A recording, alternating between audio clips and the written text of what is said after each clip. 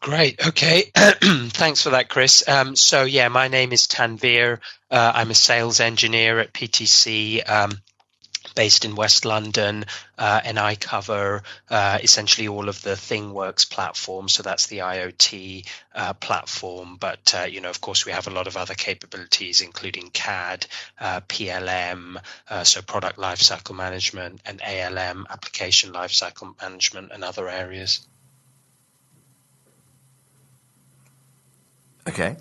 And so you list your platform as a development for industrial IoT applications and AR experiences Yeah. and more. I mean, that's quite a broad Yeah. range.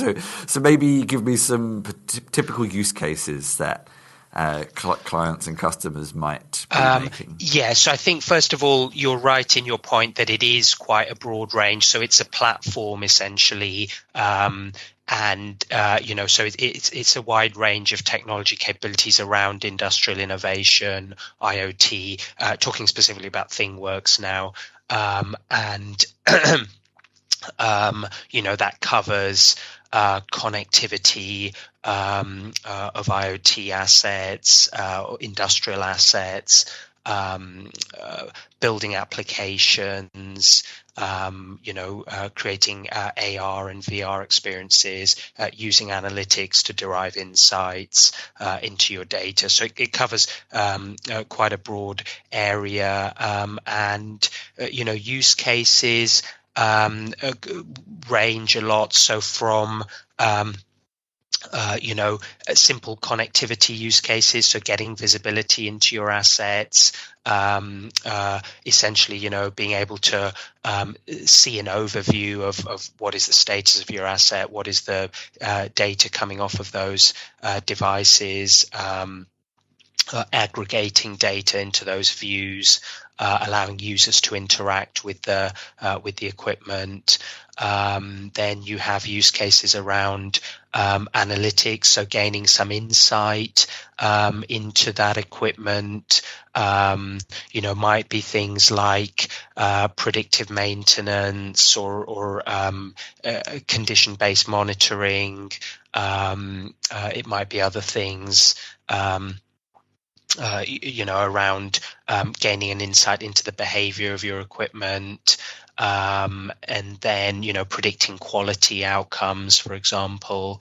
And then you have also AR use cases. So, allowing people to interact directly with the device in 3D. So seeing those results, that data transposed directly onto your equipment. So it might be results from your analytics.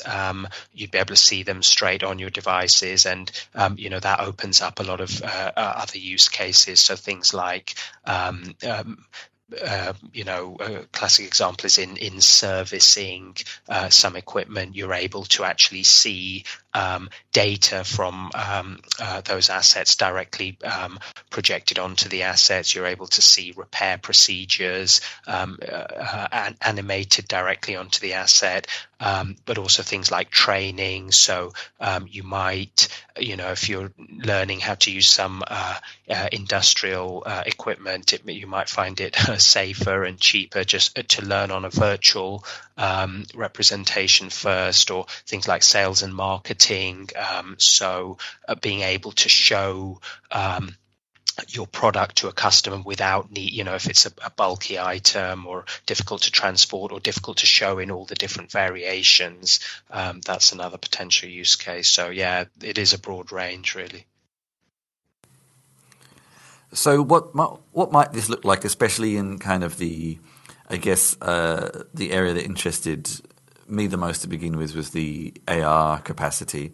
So an engineer in a factory or a plant might have an iPad, and they can see the current state of a machine in a workflow. If particular parts are starting to near end of life, and maybe sort of production information about that as well, like how many units of widgets it's created in the past few hours, that kind of information? Yeah. Or more or Yeah. I less? mean, anything that makes sense, in 3D. So I think maybe you're familiar with the Harvard Business Review article. So that has a lot of useful content. I think it was published a few days ago. And it explains a lot of different use cases for AR. It focuses specifically on AR, and it was written by our CEO, Jim Heppelman, together with Michael Porter, a professor, I've forgotten at which university. And they've written this article for HBR, and that explains a lot of use cases. But yeah, things like you're going around a factory setting. You might need to know if faults have occurred on some equipment. You're able to see that directly on the equipment. You mentioned an iPad. That's certainly possible, but also eyewear might work well in that kind of setting. So, there are different hardware providers, and their the hardware is also accelerating very fast in terms of capability. So if you think, to me personally, there's been a big shift in terms of what HoloLens is now able to do. If you think of previous versions of eyewear, but also I think if I get the names correctly, I think RealWear, and I think it's something like RDG 8 and 9 are coming out. So there's some pretty good eyewear, which allows, a technician to operate hands-free. You could see status of the equipment. You could see predictions that we've made. So, there may be some fault that we're predicting. Therefore, a particular repair sequence is required. Therefore, we also animate that repair sequence onto the equipment. So you can see, instead of the kind of cognitive distance of looking at the machine, looking at a list of instructions that are written down saying, turn this widget, open that cover, do this, do that, instead of, kind of trying to transpose those things, and the language can often be quite technical and complicated. It's a lot easier to see it directly on the device. Yeah. I mean that's an interesting point. It's something that we've sort of covered, and a couple of colleagues of mine have covered numerous times. When consumers think of smart eyewear, we think of a particular handful of fairly failed use cases, but actually in the industrial context, these have been progressing amazingly well and have far more sensible and sensical use cases than for consumers. And you're right, at a lot of conferences we've seen many devices from companies you have heard of and companies you probably haven't heard of. And yeah, I think it makes a perfect use case for those sorts of devices, and it's almost feeding back to the consumer world again. Something like HoloLens especially. A lot of consumers sort of complain, we haven't really seen it. It's like, well, it's because it wasn't necessarily designed for you. Okay. Yeah, definitely. I mean, certainly we are focused a bit more on, industrial manufacturing, but also things like smart cities, healthcare, those kind of use cases. Probably there are, in terms of end consumer use cases. So if you think about if you look at your washing machine and all the sort of unfriendly buttons and dials and one button, performing 3 different functions and all that kind of thing, could be made a lot more efficient through AR interfaces that can be updated easily as well to give more capabilities, that kind of thing. But I suppose we are more focused in the other space.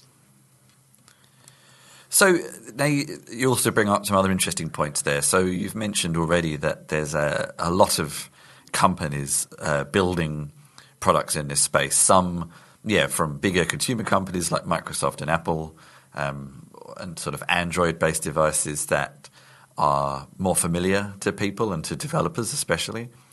But when it comes to the more niche products, how is the sort of development process for creating guides with your platform? Do you interface between all those? You support like a certain variety of hardware, and then a developer or a content creator just has to create for your platform, or is there a different level of abstraction?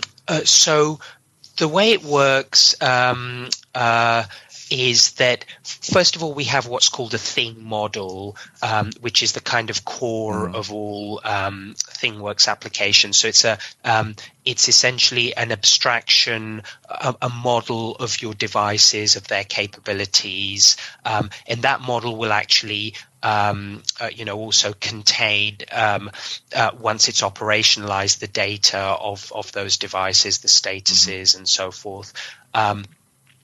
That thing model we take, and then we're able to, in ThingWorx Studio, import, for example, a CAD, so computer-aided design file of the equipment. So then you're now able to see the equipment in 3D, and you're able to overlay that model. So data coming from the device can then be overlaid onto the 3D model of the device, and then we can add, CAD animations and things like that. So yeah, roughly speaking, that's the process that you'd go through. Okay, so it's all entirely a visual application creator, because I can also see in your developer portal SDKs, APIs as well. When would you use sort of the visual side of the application and then the SDKs and APIs? So the SDKs and APIs typically get used for things like connectivity. So it might be connectivity to devices. So basically you've got that piece of equipment, that machine, whatever it is, you want to get it connected. You might use it for those purposes. You might do it for things like connecting to other systems. So maybe what you can do is, if you're managing products, for an equipment manufacturer, you're manufacturing products, if you're able to link to data from a customer relationship management system, you're able to actually enrich your knowledge about, looking at the product, but also the customer data together. So that might be another reason for using APIs. Maybe extending functionality in some way. So you might have, we have a very powerful analytics engine, but you may want to also use other algorithms you've built in other places, reuse those kind of things. So, so a lot of different areas, but connectivity, to devices and platforms, and also extension of functionality might be the broad areas. Okay, but you would always start with I'm guessing this is a ThingWorx Studio. You'd always start with that first. To build the AR, VR experience, you would build that in ThingWorx Studio. But normally, there are some prerequisites to that. So, one, it's not strictly necessary, but to get that kind of richer experience, you would need a thing model. So, connectivity to your devices, and that functionality of those devices, equipment, modeled in the IoT platform. So that's one prerequisite, and the other one usually is CAD models. 3D models. Right. Yeah. Okay. So, and these could be from any kind of 3D model application, Blender and things like that as well, or?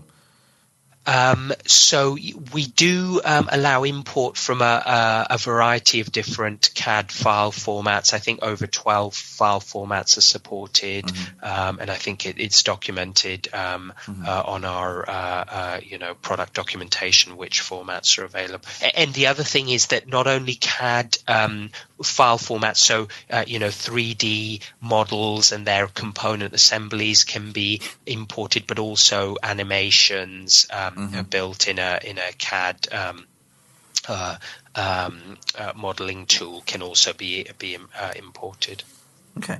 And can anyone experiment with Thingworx, or do you have to have a paid account? Or is there a division between, like, when you actually deliver something, then you have to convert to a paid account?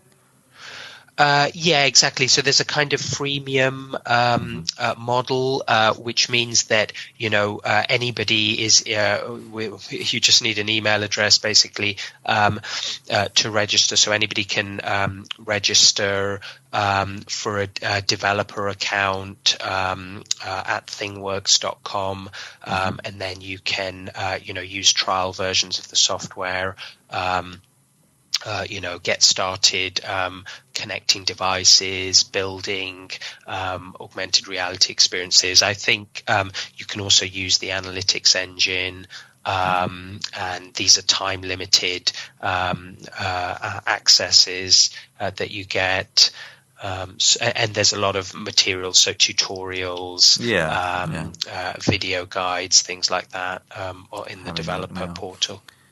Is it cross-platform? Because I'm seeing there's iOS support. So, and is it cross-platform? Or I seem to remember from previous screenshots it was mostly Windows only, but maybe I'm wrong. No, actually, it is cross-platform. So I suppose there are two aspects. So one is or even three. So if we take a look at the server, and then maybe user access, and then thirdly, what's running on the devices. So from the server point of view, Unix or Windows is fine. Linux, Unix, Windows. From the user point of view, typically it would be just a web browser to view mashups, to see dashboards, see statuses, maps with devices, things like that, or a augmented reality app, which can be deployed onto Android, iOS, or HoloLens, for example.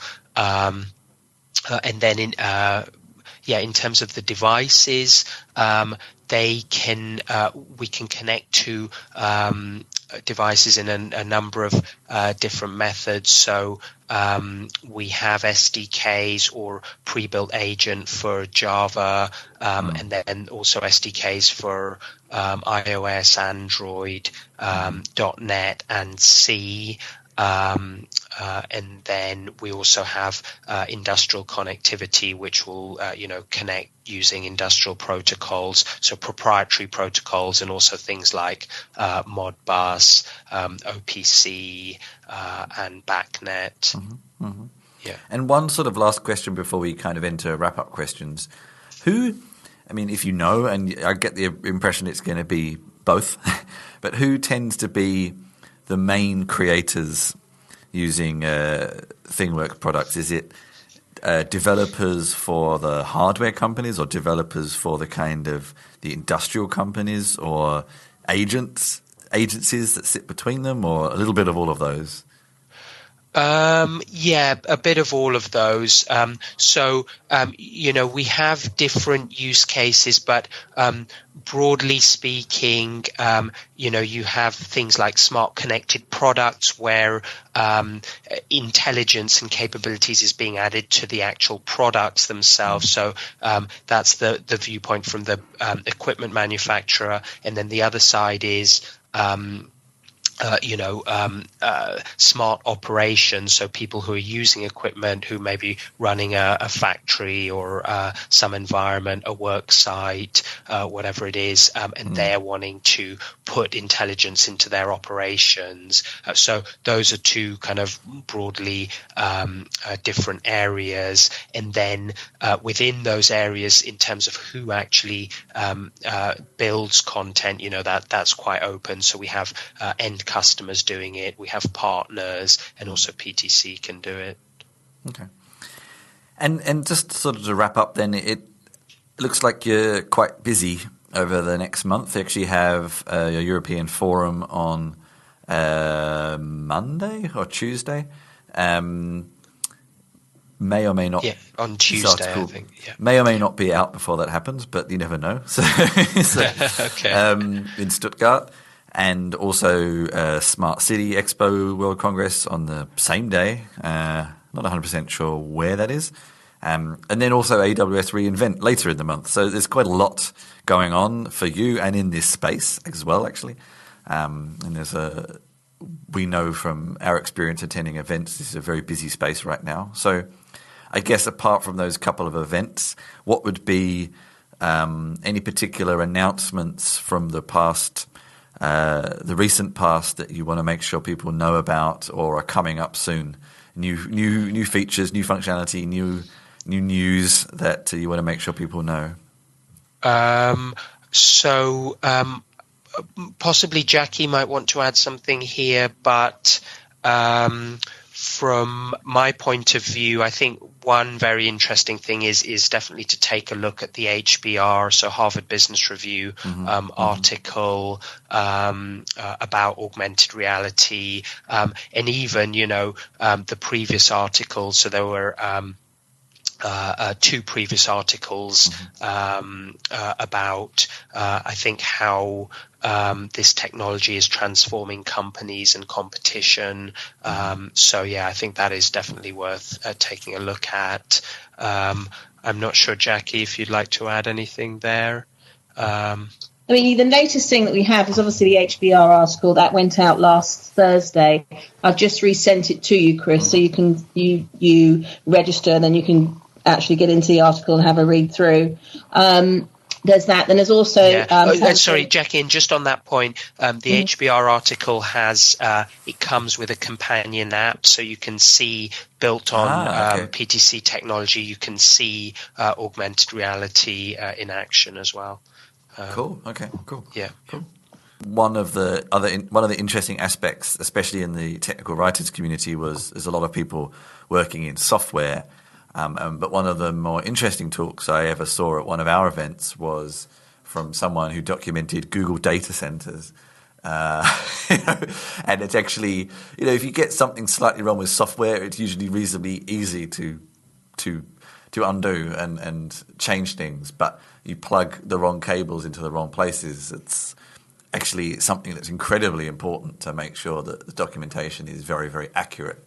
And I think platforms like Thingworx give a real potential to reduce those mistakes, because people can very directly and clearly see where things should be, as opposed to having to abstract reading something to then the real world, Yeah, absolutely. And I think that's exactly the idea that they're developing in the HBR article. So as you're saying, abstracting, they talk about kind of cognitive distance, because it's that effort of, so yeah, if you're connecting up wires in a data center, you may have some complicated list of all the different wiring requirements, very similar for electricians.